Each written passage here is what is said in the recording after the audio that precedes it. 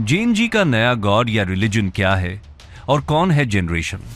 ये generation modern है और दुनिया को देखने का नजरिया भी अलग है, मगर हमेशा हिंदू, मुस्लिम या किसी धर्म के लिए प्रोटेस्ट की खबरें सुनते रहते हैं और उसमें भाग लेने वाले भी जैन जी ही हैं। क्या जैन जी रिलीजियस है? भारत के जैन जी बताते हैं कि कुछ सोशल मीडिया के लिए धार्मिक बनते हैं, कुछ पैसे कमाने के लिए धार्मिक बनते हैं, कुछ सच में भगवान को अनुभव करना चाहते हैं, मगर धर्म गुरु गलत निकल जाते हैं। तो आज हम समझेंगे भारत के जैन जी का धर्म, रिलीजन या भगवान को लेकर क्या नजरिया है। जेन जी एंड रिलीजन, धर्म। दोस्तों, ये सिर्फ एक शब्द ही नहीं बल्कि एक परंपरा, एक शिक्षा और एक जीवन शैली को संकेत करता है। ये एक इंसान के जीवन को एक सार्थक और संतुलित दिशा में देखने का तरीका है, जो उसे समाज, परिवार और आखिर में खुद को समझने में रास्ता दिखाता है। लेकिन आज आधुनिक युग में धर्म का स्वरूप और महत्व परिवर्तित हो रहा है। इस युग में धार्मिकता को समझने और अपनाने के तरीके नए और विविध हो रहे हैं, जिससे धर्म का महत्व भी एक अनूठा रूप धारण कर रहा है। ये बदलाव न केवल धर्म के आधारित सिद्धांतों को प्रभावित कर रहा है, बल्कि ये लोगों के धार्मिक अनुभव, धार्मिक संगठन और सामाजिक रिश्ते को भी बदल रहा है। और ये बदलाव ला रही है आज की युवा पीढ़ी, वो युवा पीढ़ी जिसे कॉमनली जेन जी कहा जाता है और जिसे पुरानी पीढ़ी से अक्सर इर्रिस्पॉन्सिबल और इमैच्योर जैसे टैग्स सुनने को मिलते हैं। लेकिन यदि हम अपने आसपास के बदलते समाज पर गौर करें तो हम पाएंगे कि यही जनरेशन जी हमारे धर्म और उसके सिद्धांतों को बदलने का भी काम कर रही है। यही कारण है कि आज की जनरेशन जी और धर्म से उसके कॉम्प्लेक्स रिलेशंस पर कुछ प्रश्न चिन्ह लगाए जा रहे हैं। जहां कोई कहता है कि जेन जी हमारे समाज को एथीइज्म या नास्तिकता की ओर ले जा रही है, तो कोई कहता है कि जेन जी अपनी पिछली जनरेशन से ज्यादा रिलीजियस है। ऐसे में प्रश्न ये उठता है कि आखिर सच क्या है। तो चलिए आज की इस वीडियो में हम इसी महत्वपूर्ण सवाल पर खुलकर चर्चा करने वाले हैं और देखने वाले हैं कि जेन जी अपनी नई सोच और आधुनिकता के नजरिए से धर्म के बारे में क्या सोच रखती है। लेकिन आज का हमारा ये डिस्कशन शुरू करने से पहले हम आपको ये बता दें कि ये टॉपिक आपके यूपीएससी मेंस जीएस पेपर 1 के सोसाइटी से रिलेटेड सेक्शन के पर्सपेक्टिव से भी इंपॉर्टेंट है। व्हाट इज जनरेशन जी? दोस्तों, हम सभी अक्सर बूमर्स, मिलेनियल्स और जेन जी जैसे शब्दों को सुनते रहते हैं। इन पर अक्सर कुछ न कुछ चर्चाएं होती रहती हैं। इनमें इस दौरान सबसे अधिक चर्चा में है जेन जी। सोशल मीडिया रील्स हो या फिर किसी कॉमन ट्रेंड की बात, जनरेशन जी या जेन जी का नाम हमेशा सामने आता है। लेकिन अगर आप मिलेनियल से पूछें कि जेन जी की असल डेफिनेशन क्या है, तो शायद पहली बार में वो सही जवाब ना दे पाए। लेकिन क्या आप असल में इनके बारे में जानते हैं? अगर हम अमेरिकन इंस्टीट्यूट की माने तो साल 1997 से लेकर 2012 के बीच पैदा हुए बच्चों को जनरेशन जी या जेन जी कहा गया है। वहीं 1981 से 1996 के बीच पैदा हुए बच्चों को मिलेनियल्स, 1965 से 1980 के बीच के बच्चों को जनरेशन एक्स नाम दिया गया है। इसके पहले की जनरेशन यानी 1946 से 1964 के बीच के पैदा हुए लोगों को बेबी बूमर्स, 1928 से 1945 के बीच के पैदा हुए लोगों को साइलेंट और 1901 से 1927 के बीच के पैदा हुए लोगों को ग्रेटेस्ट जनरेशन कहा गया है। वहीं 2012 के बाद यानी 2013 से लेकर 2025 तक पैदा होने वाले बच्चों को जनरेशन अल्फा के नाम से जाना जाता है। दोस्तों, अगर हम जेन जी के सबसे ओल्डेस्ट मेंबर्स की बात करें तो हम पाएंगे कि जो 27 साल के हैं, जो अभी कॉलेज पास आउट हो चुके हैं, शादी कर रहे हैं या फिर अपनी खुद की फैमिली स्टार्ट करने वाले हैं, तो वही सबसे यंगेस्ट मेंबर्स की बात करें तो वो अभी 12 साल के हैं। यानी कुल मिलाकर इंटरनेट और एडवांस टेक्नोलॉजी के दौर में पैदा हुए जेन जी में हमें एक वाइड स्पेक्ट्रम देखने को मिलता है।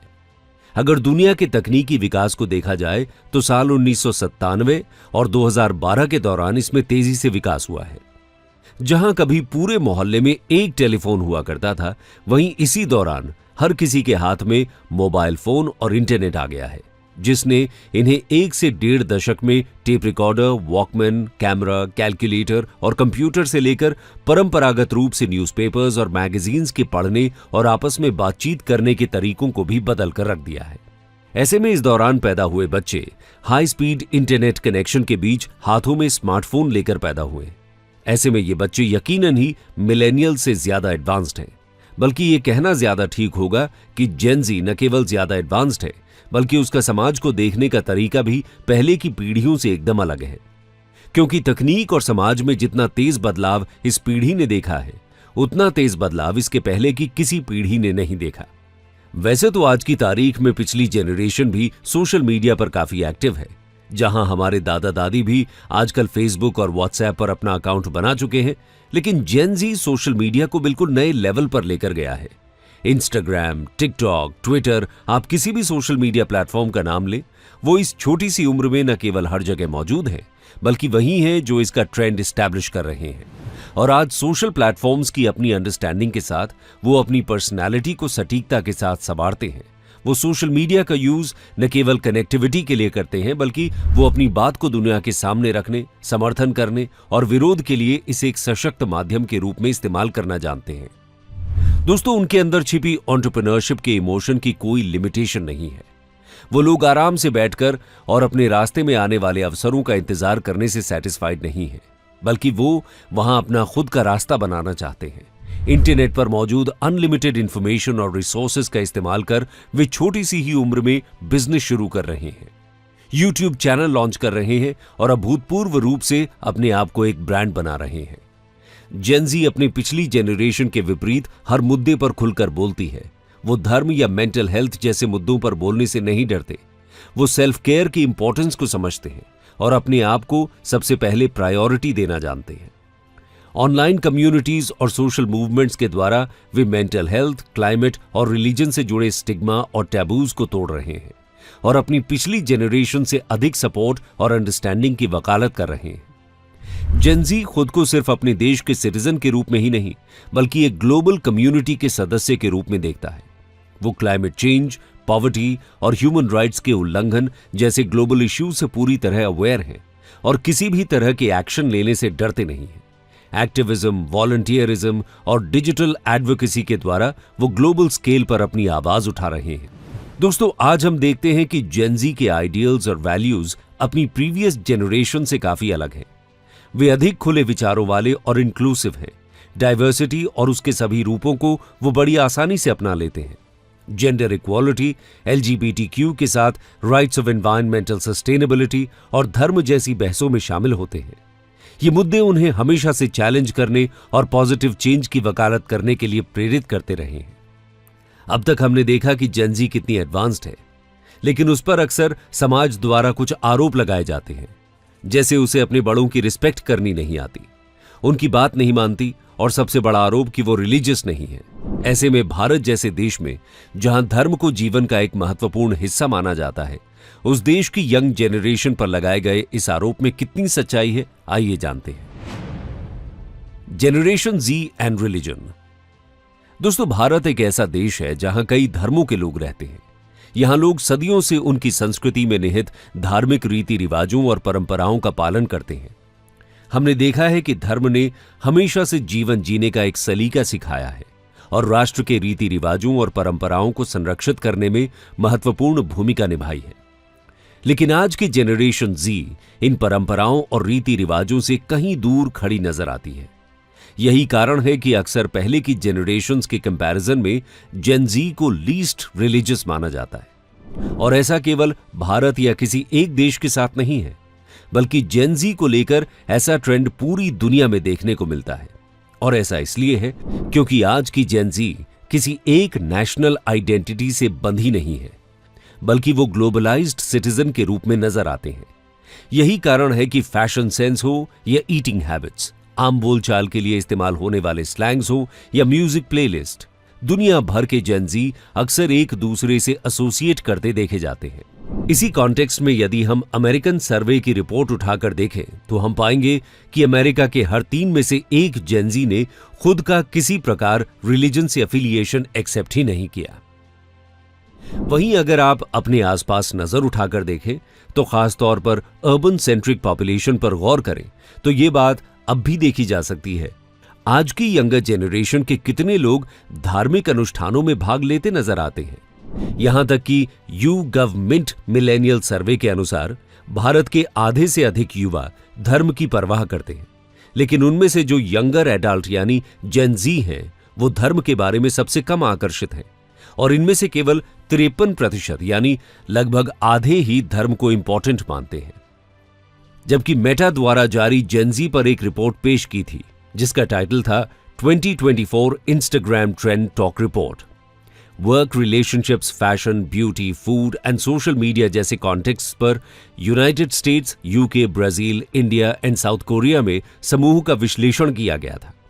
रिपोर्ट के अनुसार इंडियन जेनजीज ने food, beauty and fashion trends, specially Ayurvedic ingredients, vegan products, plant based meats and adaptogens जैसे वेरियस क्षेत्रों में उभरते रुझानों को अपनाने और तलाशने के लिए एक बढ़ा हुआ झुकाव दिखाया है। 2024 में भारत में जेनजी ने हेल्थी, एक्सप्लोरिंग करियर पाथ्स और ट्रैवलिंग को अपनी टॉप प्रायोरिटीज दी हैं। हालांकि दूसरे देशों के विपरीत भारत में जेनजी अपने करियर को आगे बढ़ाने पर अधिक ध्यान केंद्रित करते हैं। भारत में 33% जेनजी को उम्मीद है कि 2024 उनके सेल्फ इंप्रूवमेंट का साल होगा, जहां वो अपनी पर्सनल ग्रोथ और डेवलपमेंट में इन्वेस्टमेंट करेंगे। दूसरे देशों की तुलना में भारत में जेनजी का भी मानना है कि आने वाले साल अपना खुद का बिजनेस शुरू करना पैसा कमाने का सबसे अच्छा तरीका है।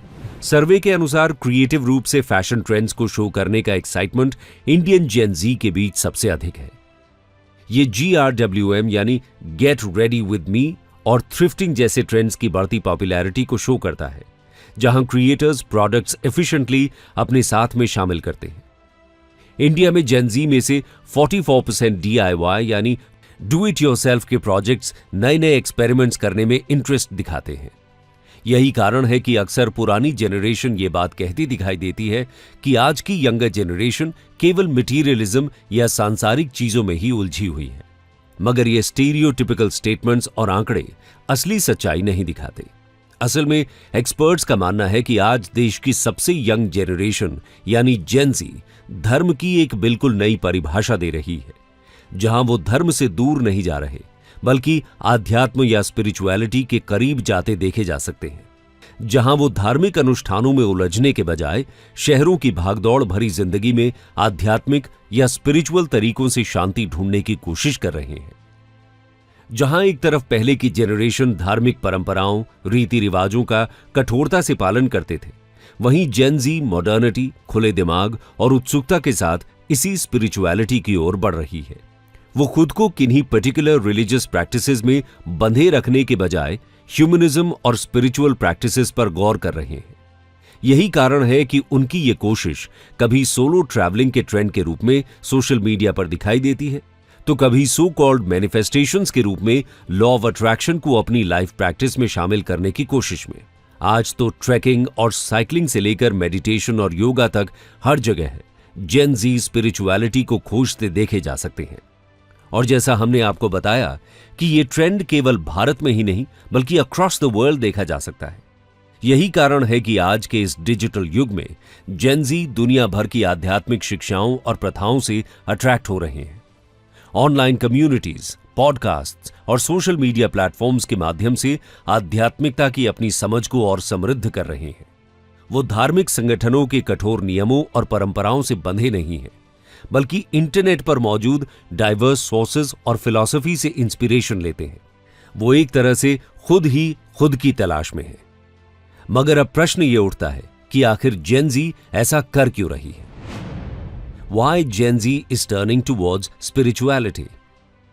दोस्तों, जेन जी का धर्म को छोड़ आध्यात्म की ओर जाने के कई कारण हैं। आज ये लोग एक ऐसी दुनिया में पल बढ़ रहे हैं जो पहले की अपेक्षा कहीं अधिक जटिल है, और इसकी जटिलता का अंदाजा हम इसी बात से लगा सकते हैं कि प्यू रिसर्च सेंटर के मुताबिक करीब जेन जी के 70% यूथ डिप्रेशन का शिकार है। इस रिपोर्ट के मुताबिक सिर्फ 45% जेन जी ही मानते हैं कि उनकी मेंटल हेल्थ ठीक है।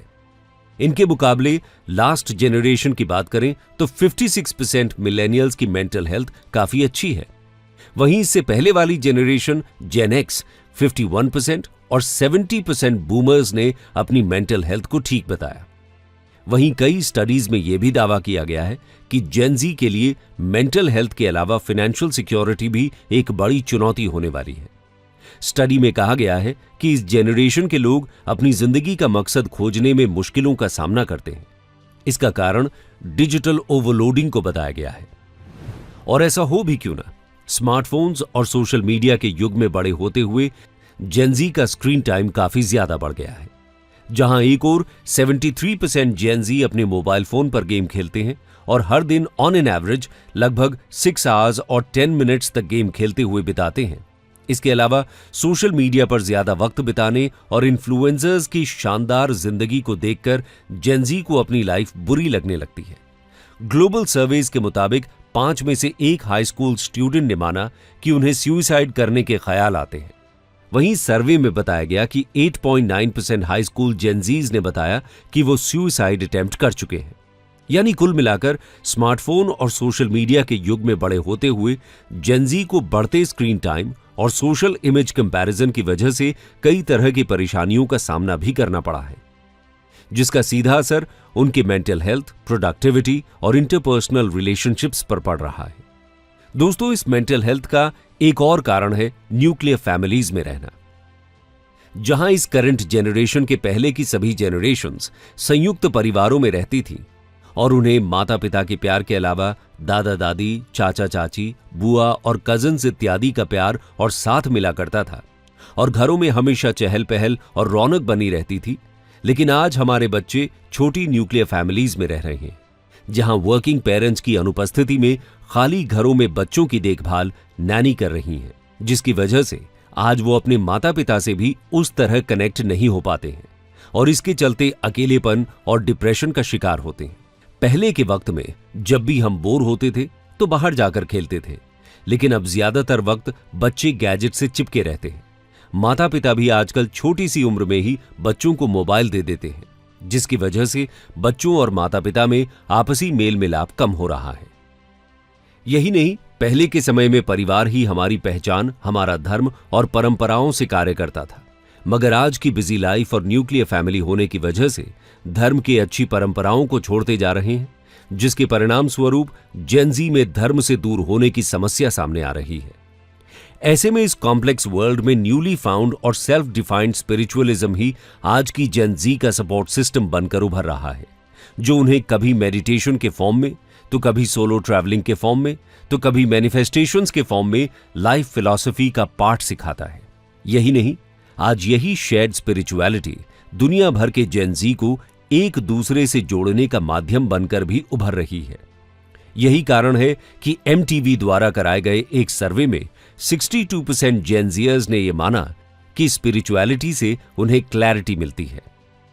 हालांकि एक्सपर्ट्स की माने तो धर्म को लेकर जेन ज़ी का यही बदलता ट्रेंड उन्हें प्रीवियस जेनरेशन से और भी ज्यादा एक्सेप्टेबल बनाता है, जहां वो कॉम्प्लेक्स से कॉम्प्लेक्स मुद्दों को लेकर भी अपनी एक खुली सोच बनाए रख पाते हैं। फिर चाहे वो समाज में LGBT राइट्स के लिए एक्सेप्टेंस की बात हो, या फिर जेंडर फ्लूइडिटी की, या फिर सोशल स्टीरियोटाइप्स को तोड़कर समाज में आगे बढ़ने की, या फिर आज के हार्डकोर कंपेटिटिव वर्ल्ड में अपनी इनर स्ट्रेंथ को तलाशने की। मगर इस सब के बाद भी जेन ज़ी में धर्म को लेकर बढ़ती उदासीनता आने वाले समय में एक नया मुद्दा पैदा कर सकती है। अब आप सोच रहे होंगे कि यहां हम किस मुद्दे की बात कर रहे हैं, तो चलिए अब हम इस बारे में भी जान लेते हैं। Contribution of religion in social relations. दोस्तों, सामाजिक संबंधों में धर्म का योगदान भी महत्वपूर्ण है। धर्म अक्सर एक शक्ति के रूप में काम करता है। ये लोगों को साझा मान्यताओं और मूल्यों वाली कम्युनिटीज में एक साथ लाता है। ये रिलीजियस कम्युनिटी और उनके सदस्यों के बीच मजबूत सामाजिक बंधन को बढ़ावा देते हुए अपनेपन, समर्थन और एकजुटता की भावना प्रदान करते हैं।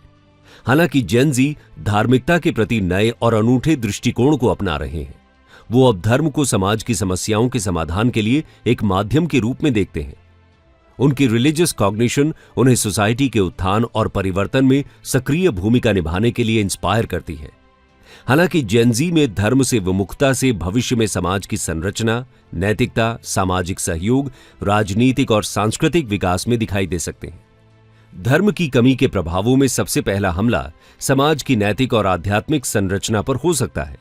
धर्म संबंधित ह्यूमैनिटी और मोरालिटी के प्रति लोगों में जो पैशन है वो धार्मिक संगठनों से अधिक स्वतंत्र रूप से बोलने से टूट सकता है। धर्म की कमी से लोगों में सामाजिक मेल मिलाप और सहयोग की भावना में कमी आ सकती है। दूसरा प्रभाव है समाज की संरचना में परिवर्तन। धर्म के प्रति कम रुचि के कारण परंपरागत सामाजिक संरचनाओं में गहरे बदलाव का सामना हो सकता है। यह समाज के सांस्कृतिक और आधारिक तत्वों को प्रभावित कर सकता है, जिससे नए सामाजिक नियमों और मान्यताओं की जरूरत हो सकती है। तीसरा, युवा पीढ़ी की आध्यात्मिक अनुभवों और धार्मिक अभिव्यक्तियों की नई रूपरेखा को महसूस किया जा सकता है। इसमें स्वतंत्रता और व्यक्तिगत अनुभव की महत्वपूर्ण भूमिका हो सकती है, जो धार्मिक संगठनों से बाहर निकलकर आने वाली जेनरेशन को नैतिकता और आध्यात्मिकता को खोजने की प्रेरणा प्रदान कर सकती है। दोस्तों, धर्म की कमी के प्रभावों को समझना महत्वपूर्ण है ताकि हम समाज के भविष्य को समझ सकें और उसमें सुधार कर सकें। कंक्लूजन। दोस्तों, धर्म और जेनजी के संबंध में यह बात साफ है कि यह नई सोच और समय की आवश्यकताओं के साथ साथ अपनी एंशिएंट वैल्यूज और प्रिंसिपल्स को एक नया नजरिया दे रहा है। भले ही समाज उस पर यह आरोप लगा रहा हो कि वो धर्म से दूर हो रहे हैं, लेकिन वो धर्म की रूढ़िवादिता को खत्म कर उसे स्वतंत्र कर रहे हैं। धर्म और जेनजी का यह नया संगम धर्म के साथ मॉडर्निटी को मिलाता है, जो न सिर्फ रिलीजियस एक्सपीरियंस को बल्कि उन्हें निरंतर उत्कृष्टता, सद्भाव और समाज को नए नजरिए के साथ बनाने के लिए प्रेरित करता है और एक सशक्त और समर्थ समाज की दिशा में आगे बढ़ने का मार्ग प्रदर्शित करता है। दोस्तों, इस बारे में आपके क्या विचार हैं? हमें कमेंट सेक्शन में जरूर बताइएगा। इसी के साथ अपने वीडियो डिस्कशन को हम यहीं समाप्त करते हैं, लेकिन जाते जाते यूपीएससी एग्जामिनेशंस के रेलेवेंस को देखते हुए इस टॉपिक से जुड़ा एक सवाल आपके लिए छोड़े जा रहे हैं, और वो सवाल है, how has religiosity and religious beliefs shaped the values of the Indian society? Illustrate. Study IQ IAS, आपका सिलेक्शन हमारा मिशन।